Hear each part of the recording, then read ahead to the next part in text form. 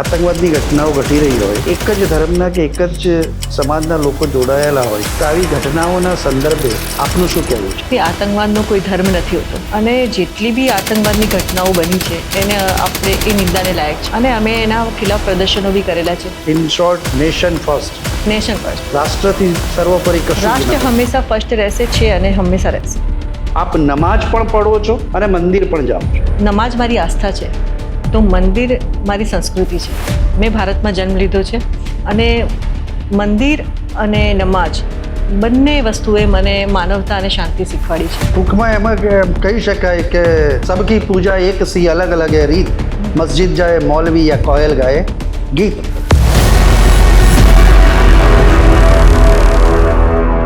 The fact bulletin ન્યૂઝની અંદર દર્શક મિત્રો આપનું સ્વાગત છે. TFB નામના એક હુલામણા નામથી મીડિયા જગતની અંદર અમે પાપા પગલી ભરી રહ્યા છીએ.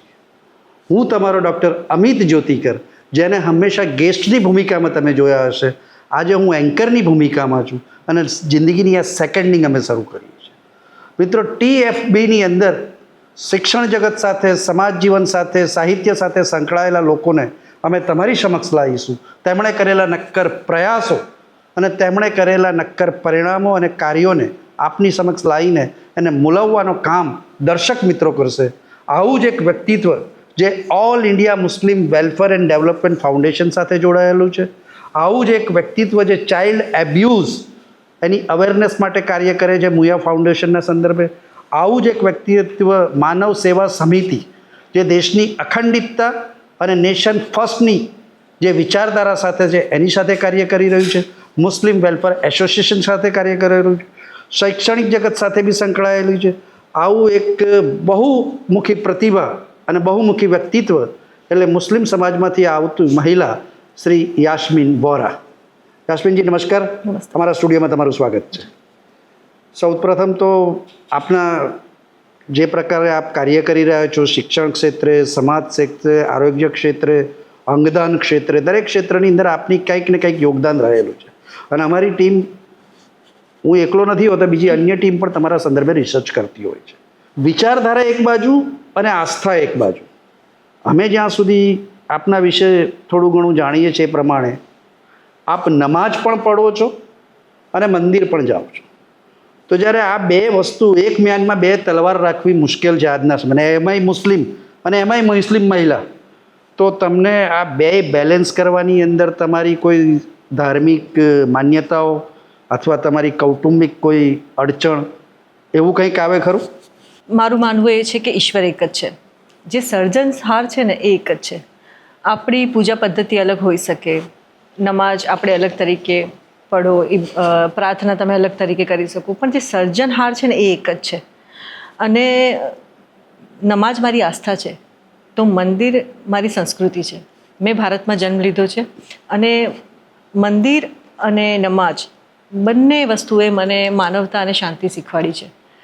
અને જે મારી આસ્થા છે એ મને માનવ બનાવવાનું શીખવે છે અને માનવતા કોઈ બી ધર્મની મર્યાદાથી બંધાતી નથી. બિલકુલ. ટૂંકમાં એમાં કહી શકાય કે સબકી પૂજા એક સી અલગ અલગ હે રીત, મસ્જિદ જાએ મૌલવી યા કોયલ ગાએ ગીત. તમે મંદિર અને નમાજની વાત કરી, એની જોડે જોડે હું સૂફી અને ભક્તિ સંપ્રદાય એના વિશે બી હું તમને જાણવા, કે તમે ઘણા બધા કાર્યક્રમો છે તમારી સફરે વિરાસત એની પર સાથે બી જોડાયેલા છે. વિરાસતના સંદર્ભે સૂફી અને ભક્તિ આ બેયને બી તમે સાથે લઈને ચાલો છો, તો આના વિશે કંઈક તમારા દર્શક મિત્રોને તમારા વિશે કહી શકશો? સૂફી અને ભક્તિ એનો સાર પ્રેમ જ છે. હું સૂફિઝમને ફોલો કરું છું. મૌલા અલી જોડે મારું એક ખાસ કનેક્શન છે અને સૂફી જે હોય છે એ ફક્ત પ્રભુ તરફ કે ઈશ્વર તરફ મળવાનો રાસ્તો ના બતાવે. સૂફી પહેલાં માનવતા શીખવાડે, ઇન્સાનિયત. જે સર્જનહારનું તમે સર્જન છો, હું સર્જન છું. હું તમને દુઃખી કરીને કોઈ દિવસ પ્રભુને ના પામી શકું. હું તમારું હક છીનીને તમને યાતના આપીને કોઈ દિવસ બી પ્રભુને ના પામી શકું. મારે અગર પ્રભુને પામવું હોય તો પહેલાં મારે ઇન્સાનિયત શીખવી પડે અને સૂફિઝમ જે છે એ ઇન્સાનિયત શીખવાડે છે.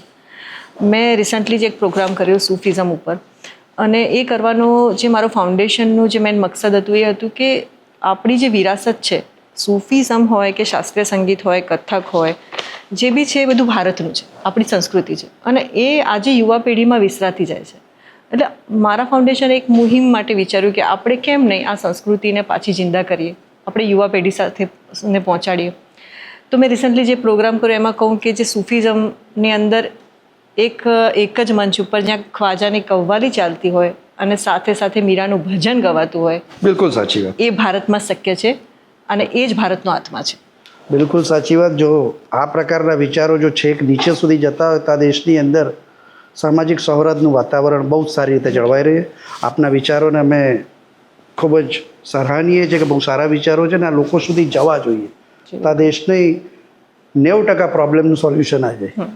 આપણે આ ચર્ચાનો દોર આગળ લઈ જઈએ. તમે એક તો મુસ્લિમ સમાજમાંથી આવો છો, એમાંય મુસ્લિમ મહિલાઓમાંથી આવો છો. આવા સમયની અંદર મુસ્લિમ મહિલાની જાગૃતિ માટે કે મુસ્લિમ મહિલાની અવેરનેસ માટે તમારી એનજીઓ, તમે વિવિધ એનજીઓ સાથે સંકળાયેલા છો, નારી અદાલતના પણ તમે સભ્યશ્રી છો. તો એ સમય દરમિયાન તમને કોઈ પડકારો કે કોઈ વિશિષ્ટ એવા કાર્યો કે કોઈ એવો વિશિષ્ટ કેસ કે તમારા મેમરીમાં હોય જેનાથી કોઈ તમને તમારી વ્યક્તિત્વમાં અસર કરી હોય ને જાહેર જીવનમાં અસર કરી હોય, એવો કોઈ મહિલાની અંદર તમે જે કાર્ય કરી રહ્યા છો એના સંદર્ભે મુસ્લિમ સમાજમાં? મુસ્લિમ સમાજમાં મહિલાઓ સાથે કામ કરવાની અંદર વધારે મને જો પડકારરૂપ લાગતું હોય ને તો એક જે ગેરમાન્યતાઓ, એક સામાજિક દબાણ, જે સ્ત્રીનું જે વ્યક્તિત્વ છે ને એને દાયરામાં બાંધી રાખવાની એ લોકોની મનોવૃત્તિ, એ બહુ જ મને પડકારજનક લાગે. એટલે આપ મહિલા સશક્તિકરણમાં માનો છો? જી બિલકુલ. કાયદા છે પણ એનો અમલ નથી થતો. કેમ? કારણ કે જાગૃતિ નથી. મહિલાને ખબર જ નથી કે એને ક્યાંથી હેલ્પ મળશે, એના માટે શું કાયદા છે, એની અવેરનેસ જ નથી એની અંદર. તો એ અંદરની અંદર શોષિત થાય છે, પીડિત થાય છે, પણ એને ખબર નથી કે મારે ક્યાં જવું, કોની હેલ્પ માંગી. અને બીજું કે એને અમુક ધાર્મિક ગેરમાન્યતાથી એને બાંધી દેવામાં આવે છે કે તારે સહન કરવાનું છે, આ તારી ફરજમાં આવે છે. તો એ બધી માન્યતાઓની અંદર રૂઢિચુસ્તવાદીમાંથી બહાર નીકળવું પડે. એ વસ્તુ, એ પડકાર અમને આવે છે જ્યારે અમે કાઉન્સલિંગ કરીએ ખાસ કરીને.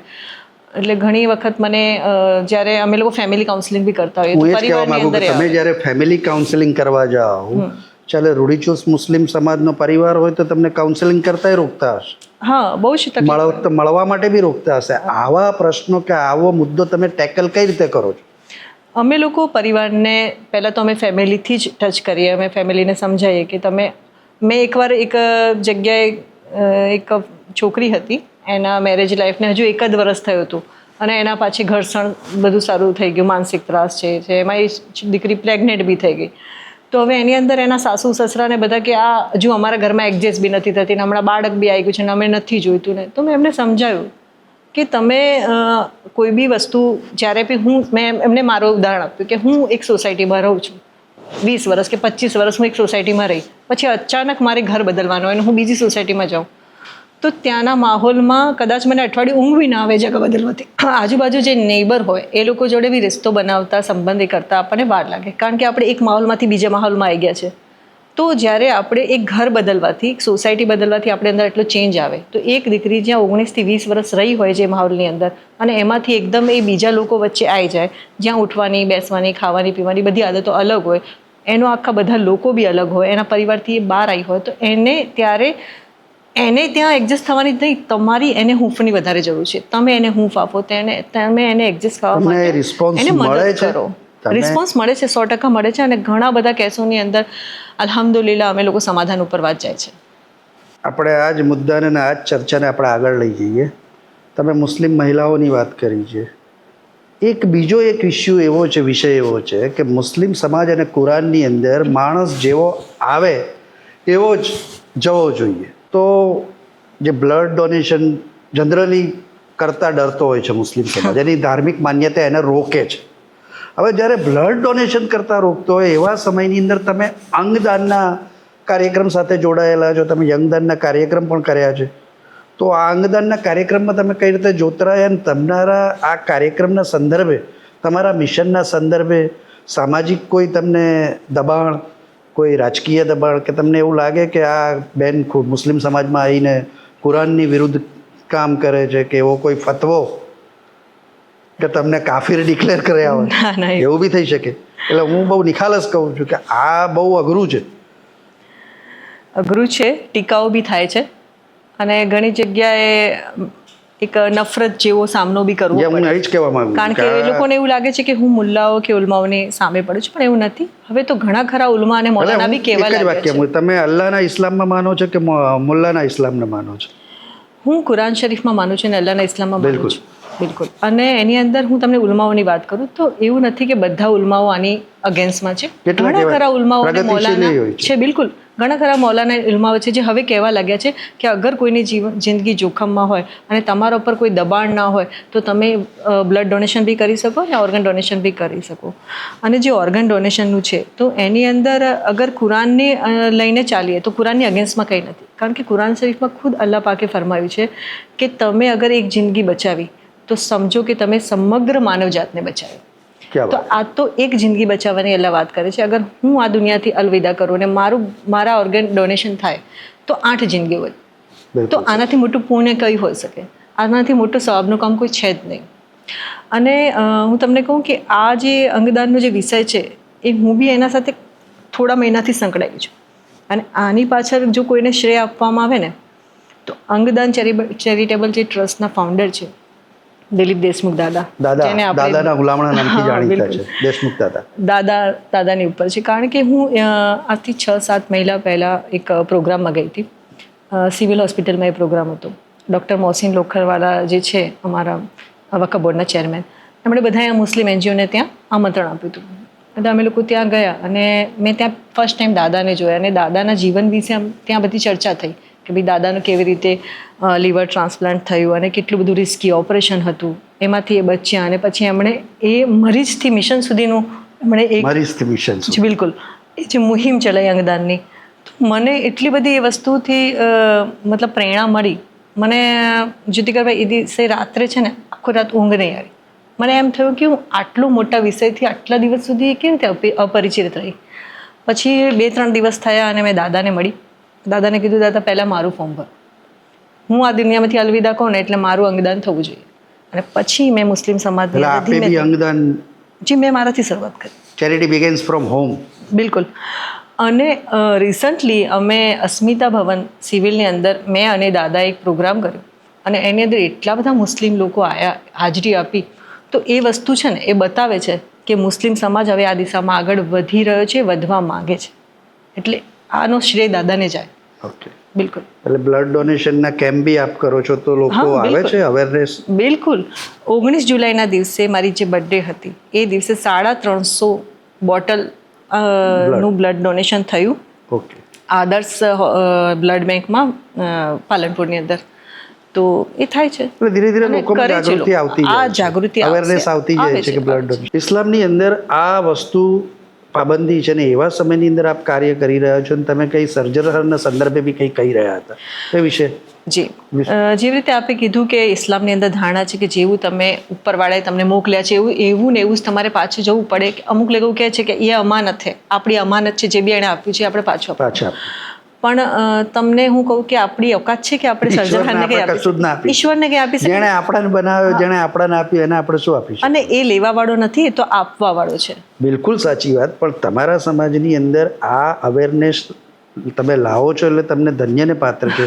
તમે ધૂળ દોયાનું કામ કરી રહ્યા છો, પણ એ જાગૃતિ આવી છે, બિલકુલ હવે એ તરફ વળ્યા છે. બિલકુલ બિલકુલ. અંગદાનની અંદર મુસ્લિમમાં બી આંકડો હવે જોવા મળ્યા છે. અને બીજી વાત એ કે જે મેં તમને કીધું એવી રીતે સિવિલમાં જે પ્રોગ્રામ થયો અસ્મિતા ભવનની અંદર, એની અંદર જે મુસ્લિમોની સંખ્યાથી ખબર પડી જ જાય કે એ લોકોને ખબર છે કે અમે કયા વિષય માટે આવ્યા છે અને એ લોકો આવ્યા આટલી માત્રામાં, તો એ બતાવે છે.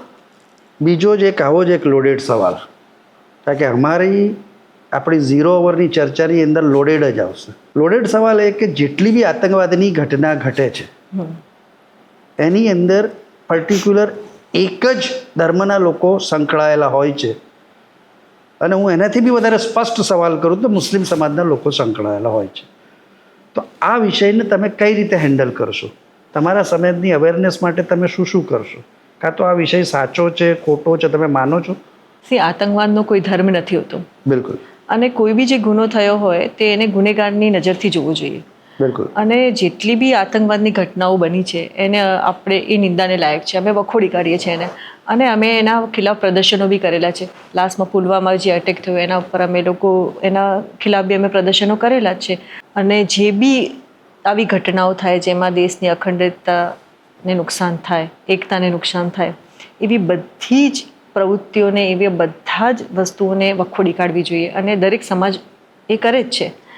મુસ્લિમ સમાજ બી એના ડિનાય કરે છે અને એના ખિલાફ અમે પ્રદર્શનો બી કરેલા જ છે. અને જો કદાચ તમે એક જ ધર્મની વાત કરો છો એટલે મુસ્લિમ સમાજનું, મારા ખ્યાલથી તમે એ કહેવા માગો છો, પણ મુસ્લિમ સમાજની અંદર જે ઇસ્લામની અંદર કોઈ બી નિર્દોષને મારવું બહુ મોટો ગુનો છે અને કુરાન એને બિલકુલ આ વસ્તુને માન્યતા જ આપતું જ નથી. અને જે અગર આવું કરતું હોય તો એ મુસ્લિમ ના હોય. અને અમે લોકો એનો વિરોધ કરીએ છીએ ને કરતા રહીશું. એટલે આપણા કહેવાના in short nation first. Nation first. રાષ્ટ્રથી સર્વોપરી કશું. રાષ્ટ્ર હંમેશા ફર્સ્ટ રહેશે છે અને હંમેશા રહેશે. બહુ સરસ. આપના વિચારો લોકો સુધી જાય અને આ સંદર્ભે અવેરનેસ બી આવે તો આ દેશની અંદર ઘણા બધી પરિવર્તનો થઈ શકે છે. આપણા ચર્ચાને આગળ વધારીએ. આ જ સંદર્ભે મુસ્લિમ સમાજની અંદર એક ગેરમાન્યતા છે CAA સંદર્ભે. વકફ બોર્ડનું હમણાં બિલ આવ્યું આના સંદર્ભે. તો આ સંદર્ભે તમે તમારા સમાજની અંદર જઈ કઈ રીતે એને અવેરનેસ લાવશો કે ભાઈ CAAની અંદર શું છે અને વકફમાં શું છે? પહેલાં આપણે CAAની વાત કરીએ. કારણ કે CAAનું નામ પડે ને એટલે ફટ લઈને ભડકે છે. બિલકુલ. તો આવા સમયે તમે તમારા સમાજમાં જઈને એને કઈ રીતે જસ્ટિફાઈ કરશો? એકચ્યુઅલી આ જે CAAના છે ને એ મને ઘણીવાર ઘણા પ્રશ્નો કરે. અમે લોકો જ્યારે અમે જે મેડિકલ હેલ્થ કેમ્પ કરીએ કે અમે કોઈ બી ગવર્મેન્ટ યોજનાઓના જ્યારે બી અમે લોકો ફોર્મ ભરીએ કે કંઈ બી કેમ્પો લગાવીએ ત્યારે અમે લોકો સાથે સાથે આ વસ્તુને ઉપર કામ કરીએ જ છીએ. જોડે જોડે અવેરનેસ. હા બિલકુલ. વકફના કાયદાઓ CAA હોય, કારણ કે આનાથી અમુક મુસ્લિમો ડરેલા છે. એ લોકોને ગેરમાર્ગે દોરેલા છે. જે લોકો દોરેલા છે, તમે જાણો છો કે બીજા રાજકીય પક્ષો છે એ લોકો એનો રોટી શેકવા માટે એ લોકોને ગુમરાહ કરે જ છે. પણ અમે લોકો અમારાથી બનતી કોશિશ જ્યારે બી અમે કોઈ બી કેમ્પો કરીએ ત્યારે આ વસ્તુને અમે લોકોએ ઉજાગર કરીએ કે આ જે CAA છે એ તમને હકાલવાવાળું નથી, આ તો કોઈને લાવવાવાળું કાયદો છે. કોકની નાગરિકતા છીનવાની વાત નથી, આપવાની વાત છે. એકચ્યુઅલી CAA એટલે શું એ મુસલમાને સમજવું જોઈએ કે મુસ્લિમ કે અન્ય કોઈ બી ભારતીય નાગરિકની વાત જ નથી આની અંદર. CAA એટલે કે આપણા જે પડોશી દેશ છે, ભારત જે બાંગ્લાદેશ છે, અફઘાનિસ્તાન છે, પાકિસ્તાન છે, જ્યાં અલ્પસંખ્યો ઉપર ધાર્મિક દબાણ આપવામાં આવ્યા, એ લોકોને યાતનાઓ આપવામાં આવી, પીડા આપવામાં આવી અને એ લોકો 31 ડિસેમ્બર 2014 પહેલાં ભારત આવ્યા. હવે એ લોકોને ભારતના સંવિધાનની મર્યાદામાં રહીને સરળતાથી નાગરિકતા આપવાનો જે કાયદો એને CAA કહેવાય. હવે આની અંદર કોઈ બી ભારતીય નાગરિકની વાત જ ક્યાં આવી? આ જે CAA છે એની અંદર જે જાતિઓનો સમાવેશ કરવામાં આવ્યો છે એની અંદર છે હિન્દુ, શીખ, બૌદ્ધ, જૈન, પારસી. એટલે જે ટૂંકમાં જે લોકો અન્ય કન્ટ્રીમાં અલ્પસંખ્યક છે એના માટે, એમના માટે. મુસ્લિમ તો પોતે જ ત્યાં આગળ બહુમતીમાં છે એટલે એમને ત્યાં એમને કોઈ પ્રશ્ન જ બને. ભારતીય મુસ્લિમોની તો નાગરિકતા છીનવાની કોઈ વાત જ નથી. આ તો શું ગમે તે કાયદો બી આવે એની અંદર ભારતીય મુસ્લિમ, જો ભારતીય મુસ્લિમ છે અને ભારતીય નાગરિક છે એને ગમે તે કાયદો આવે એમાં ડરવાની જરૂર છે જ નહીં. એટલે આ કાર્યક્રમ તમે અવેરનેસ, તમારી જે આટલી બધી NGO છે એના તરફે તમે કોઈ આવા કોઈ અવેરનેસ કાર્યક્રમ કરતા રહો છો? બિલકુલ, અમે લોકો કરતા રહીએ છીએ. જ્યારે બી મેં તમને કીધું એવી રીતે કે અમે લોકો ગવર્મેન્ટની જેટલી યોજનાઓ છે એ લોકો સુધી પહોંચાડવાનો પ્રયત્ન કરીએ છીએ. અમે લોકો આયુષ્યમાન કાર્ડ છે, આવાસ યોજના છે, મુદ્રા યોજના છે, એ બધી અલગ અલગ જેટલી બી ગવર્મેન્ટની યોજનાઓ છે એનો લાભ લોકોને મળે એટલા માટે અમે લોકો અલગ અલગ જગ્યાએ કેમ્પો કરતા હોઈએ છીએ, ફોર્મ ભરતા હોઈએ છીએ. પાછું એ વસ્તુનો લાભ એ લોકોને મળે એનું મોનિટરિંગ કરતા હોઈએ છીએ. અમારો જે NGO છે એ મહિલા અને બાલ વિકાસ ઉપર કામ કરે છે, ચાઇલ્ડ એબ્યુઝ ઉપર કામ કરે છે, એજ્યુકેશન ઉપર કામ કરે છે. બિલકુલ, હા. અને અમારી પાસે ખુદની એક લીગલ ટીમ છે જે લીગલ ટીમ મફત કાનૂની સલાહ આપે છે. જે બી મહિલાઓ છે, ગરીબો છે, જે લોકોને અગર કાનૂનની સહાયતા લેવી હોય તો કદાચ એ લોકોની એવી ક્ષમતા ના હોય તો અમે લોકો એ લોકોને ફ્રી કાનૂની સલાહ બી આપીએ છીએ અને સહાય બી કરીએ છીએ. એની સાથે અમારી ડૉક્ટર સેલ છે, જે ડૉક્ટર સેલ છે એ અલગ અલગ જગ્યાએ મેડિકલ કેમ્પો કરે છે, અલગ અલગ જગ્યાએ દવાઓની જોડે તમે અવેરનેસ કાર્યક્રમ CAAના સંદર્ભે પણ વકફના સંદર્ભે આપ શું કહેવા માંગો છો? વકફ કોઈના બાપની જાગીર નથી એટલું કહીશ. અને આ જ વકફ જે છે એ મુસલમાનોના પરસેવાની કમાઈ છે. અને વકફની બિલની અંદર જે બી ફેરફાર થયો છે એ વકફની અંદર ફેરફાર નથી થયો, એ સમજવા જેવું છે કે સંચાલન પ્રક્રિયાની અંદર ફેરફાર થયો છે. હવે આ એડમિનિસ્ટ્રેટિવ બિલકુલ હવે જે સંચાલન પ્રક્રિયા પર ફેરફાર થયો તો એનાથી શું થશે? એનાથી ઓડિટ ટાઈમથી થશે, એને ડિજિટલ રેકોર્ડ રહેશે, એની અંદર જે ગેરરીતિ થઈ હતી એ હવે નહીં થાય, પારદર્શિતા વધશે. તો શું થશે કે એનો જે ઉપયોગ જે છે, એનો જે હકદાર છે ત્યાં સુધી હક પહોંચશે. એ શિક્ષણ માટે વપરાશે, એજ્યુકેશન માટે વપરાશે, યતીમો છે, ગરીબો છે, બેવાઓ છે, ત્યાં સુધી એ પહોંચશે. અને એ નહોતું પહોંચતું, ગેરરીતિઓ થતી હતી એટલે આ બિલ આવ્યું. કારણ કે વકફની મિલકતનો દુરુપયોગ થાય એવું તમે માનો છો? બિલકુલ થયો છે, થાય નહીં થયો છે. કેટલી જગ્યાએ વકફની મિલકતોને ગેરકાયદેસર વેચવામાં આવી છે અને ત્યાં બિલ્ડિંગો બની છે, કોમર્શિયલ બિલ્ડિંગો બની છે, એનું ખોટું ભાડું લેવામાં આવે છે. અને જ્યાં હોસ્પિટલ અથવા કોલેજ બનવી જોઈતી હતી એવી જગ્યાઓ 5 સ્ટાર હોટલો બની છે. વકફના લોકો જ્યારે સ્કૂટર પર ફરતા હતા એ મર્સિડીઝ લઈને ફરે છે. હવે એ લોકોની માવા મલાઈ ખતમ અને વકફનો કાયદો આવી ગયો છે. હવે બધું નિયંત્રણમાં રહેશે અને જ્યાં જેનો હક છે એને એ મળશે. તો હવે આની અંદર લાભ જ છે. તો એ મુસલમાનને સમજવાનું છે, મુસ્લિમ સમાજને સમજવાનું છે કે આમાં લાભ છે. તમે એના વિશે બી તમારા મુસ્લિમ સમાજની અંદર અવેરનેસ? જી બિલકુલ બિલકુલ. અમે કહીએ છીએ કે કાયદાને સહકાર મળે છે? મળે છે બિલકુલ. એ લોકોને ખબર જ નથી. અમે કેટલા ધરણા પ્રદર્શનની અંદર જ્યારે આ લોકો કરતા હતા ત્યારે અમે લોકો જતા હતા, એ લોકોને NGO તરીકે સમજાવ્યા કે તમે આ ગલત કરો છો. હવે એની અંદર અમુક લેડીઝ બેનર લઈને ઊભી હતી એટલે મેં એને કીધું કે ये गलत है. એટલે કે नहीं नहीं ये तो नहीं चलेगा, ये तो हमारे मजहब के अंदर घुस गए हैं, ऐसा कर रहे हैं वैसा कर रहे हैं. मैंने कहा बहन तुझे पता है ये क्या लिखा हुआ? तो बोले એને ખબર નથી કે બેનર ઉપર શું લખ્યું છે. પહેલી વાત તો એટલે એટલા ઇનોસન્ટ. હવે એ બધા કોણ છે? રાજકીય પક્ષો, એ લોકોની ટીમ. એટલે તમે એમ કહેવા માંગો છો કે રાજકીય પક્ષો મુસ્લિમ સમાજને ગેરમાર્ગે દોરે છે? બિલકુલ દોરે છે, બિલકુલ દોરે છે. કારણ કે તમે જોશો ને, અગર તપાસ થાય ને તો એ લોકોના જેટલા બી છે ને 5 સ્ટાર હોટલો અને બિલ્ડિંગો ત્યાં જ નીકળશે. તમે યોજનાઓની વાત કરી તો મુસ્લિમ સમાજ આ યોજનાઓનો લાભ લે છે? જે 2014 પછી આ બધી યોજનાઓ આવી એનો લાભ મુસ્લિમ સમાજ લે છે અને એમના વિકાસમાં કોઈ પરિવર્તન આવ્યું છે? બિલકુલ. હું ગર્વથી કહીશ કે 2014 પછી ભારત ગતિથી વિકાસની તરફ જતો જાય છે અને મુસ્લિમ સમાજ એમાં પાછળ નથી. એજ્યુકેશનની અંદર જોઈએ તો 2011ની અંદર રેશિયો હતો 68.5% અને 2023 અને 24ની અંદર 79.5% છે. શિક્ષણનું પ્રમાણ વધ્યું છે. મુસ્લિમોમાં શિક્ષણનું પ્રમાણ વધ્યું છે. આ જ વર્ષમાં મેં એક પ્રોગ્રામ કર્યો હતો મારા NGO થ્રુ, ઉડાન. હા, એની અંદર અમે લોકોએ 700 વિદ્યાર્થીઓ, 700 મુસ્લિમ વિદ્યાર્થીઓ જે 80% ઉપર લાયા છે, એ લોકોને સન્માનિત કર્યા હતા. હવે તમને એક વાત કરું કે ગમે તેવી છે NGOની એક મર્યાદા હોય. અમારી એક મર્યાદા, અમારું બજેટ હતું 700 રજિસ્ટ્રેશન થયું ને એટલે અમે રજિસ્ટ્રેશન બંધ કરી દીધું, નહીં તો આંકડો હજુ બી આગળ પહોંચતો. બિલકુલ. કારણ કે અમારે એ લોકોને મેડલ્સ આપવાના હતા, સર્ટિફિકેટ્સ, ગિફ્ટ છે, સ્કોલરશિપ, એ બધું. એટલે અમારે એ બધું જોઈને ચાલવું પડે. અને એ જે પ્રોગ્રામ હતો ને, ગુજરાતનો પ્રથમ ઐતિહાસિક પ્રોગ્રામ જ્યાં 700 મુસ્લિમ બચ્ચાઓ એક જ મંચ ઉપર સન્માનિત થયા હોય. અને બીજી ગૌરવ લેવા જેવી વાત હું તમને કહું, એ બધા વિદ્યાર્થીઓની અંદર વિદ્યાર્થીનીઓની સંખ્યા બહુ જ હતી, વધારે વિદ્યાર્થીનીઓ હતી. એનો મતલબ એ શિક્ષણ વધ્યું. બિલકુલ. મુસ્લિમ સમાજની અંદર બાળકીઓના શિક્ષણમાં જાગૃતિ આવી છે. છોકરીઓ 80+ ઉપર છે, ટોપર બની રહી છે. એટલે આની અંદર તમે આને વિકાસ જ કહો. એટલે તમે માનો છો કે કુરાનની સાથે સાથે કોમ્પ્યુટર જોઈએ કે ના જોઈએ?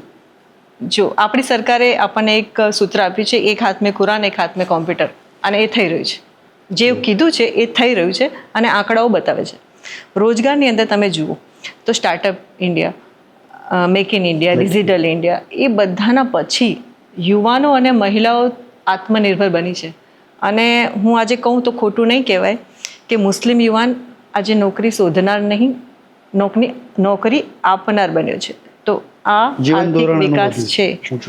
બિલકુલ. મારો એક અંતિમ સવાલ. જી. વંદે માતરમ દેશની અંદર આ જ્યારે 150મી એનું યર મનાવાતું હોય એવા સમયની અંદર મુસ્લિમ સમાજમાં એક માન્યતા છે કે વંદે માતરમ આ દેશનું એક અનડિક્લેર રાષ્ટ્રીય સોંગ છે. વંદે માતરમ આ દેશનો શ્વાસ છે. વંદે માતરમ આ દેશની ઓળખાણ છે. વંદે માતરમ આ દેશનું ગૌરવ છે. અને વંદે માતરમ જ્યારે એના વિશે મુસ્લિમ સમાજમાં એક માન્યતા છે કે વંદે માતરમ ના બોલવું જોઈએ. આપનું શું માનવું છે અને એ વિશે મુસ્લિમ સમાજની અંદર આપ કઈ રીતે જાગૃતિ લાવશો? વંદે માતરમ વિશે મને ઘણા સવાલો પૂછવામાં આવે છે ઘણા બધા સવાલ બી પૂછે છે, ટીકા બી કરે છે, પણ હું એમને પ્રેમથી સમજાવું છું એક વસ્તુ કે વંદે માતરમ જે છે એ ધાર્મિક વસ્તુ નથી. પહેલી વાત તો એ સમજવું જરૂર છે. વંદે માતરમ એટલે આપણી માતૃભૂમિનો પ્રેમ અને આદરનું પ્રતીક, રાઈટ. અને રહી મુસ્લિમ સમાજની વાત, તો મુસ્લિમ સમાજમાં અમારા ઇસ્લામની અંદર જે લાસ્ટ પૈગંબર હતા, મેસેન્જર મોહમ્મદ સલ્લલ્લાહુ અલૈહિ વસલ્લમ, એમણે કીધું કે માતૃભૂમિથી જે મોહબ્બત કરો ને તમે, એ તમારું અડધું ઈમાન કહેવાય. મતલબ કે અગર હું માતૃભૂમિથી મોહબ્બત ના કરું તો હું પૂર્ણ મુસલમાન છું જ નહીં, મારું ઈમાન અડધું છે. ઓકે. એટલે દરેક મુસલમાન માતૃભૂમિથી મોહબ્બત કરે છે અને વંદે માતરમ બોલવામાં કંઈ વાંધો હોવો જ ના જોઈએ.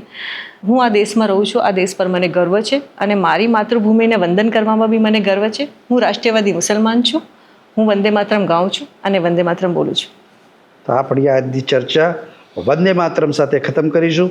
મળીશું આવતા વીકે એક નવા શખ્સિયત સાથે, એક નવા વિચાર સાથે, એક નવા નક્કર પરિણામ સાથે, જેનું મૂલવનું કામ દર્શક મિત્રો આપ સૌ કરશે. નમસ્કાર.